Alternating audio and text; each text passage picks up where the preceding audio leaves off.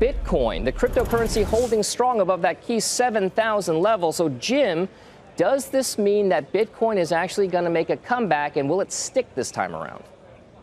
Well, I am impressed with its strength. Anyone who watches this show knows, I'm no great long-term fan of Bitcoin, but I do think in absence of any real fundamental story other than government regulation, that it responds to technicals. And from a technical standpoint, I think a little bit of strength should indicate more strength. All right, so let's talk about, Jeff, the idea that we could see Bitcoin, from a chart perspective, stay at these levels above 7,000. Is there a time horizon that you would look at from a trading perspective to either take those profits or perhaps leg into more positions or maybe just shut the whole thing down? What kind of time horizon do you look at for Bitcoin for trading when it comes to your P&L?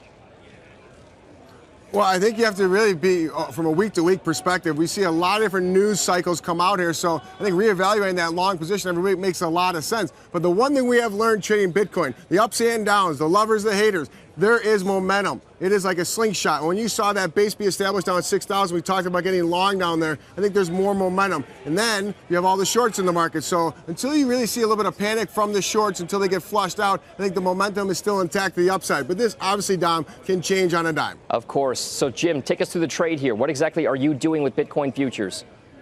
Okay, last I was looking at it was trading around 73.65 or 70. We just talked about that stop-in technique. If it trades 74.20, I think that's a sign of strength and a place to get in long with a target of 78.20. Subsequently, if it trades back below 71.75, I think it would have been a reversal, rejected that, and I think it's a spot to stop yourself out. And again, like I said, and Jeff mentioned, when this thing gets momentum, it moves rather quickly. Since the advent of the futures contracts, which has been almost 7-8 months ago, that effect has lessened a little bit. There's been less volatility in the markets, but over the last week or so, there has been decent, so perhaps it's back. And that's a great point, Dom. When we talk about selling into a hole in the S&P 500, if the S&P is down 30 handles, I don't like being selling in the hole. It's a very different animal in Bitcoin. It's up $400 nearly right now, 335, excuse me, but I typically don't like buying something up that much, but Bitcoin is a separate animal. So therefore, I agree with this trade from a momentum perspective, solely on the fact that we should see a technical test go back up to 7,800 or 8,000 if you look at a chart.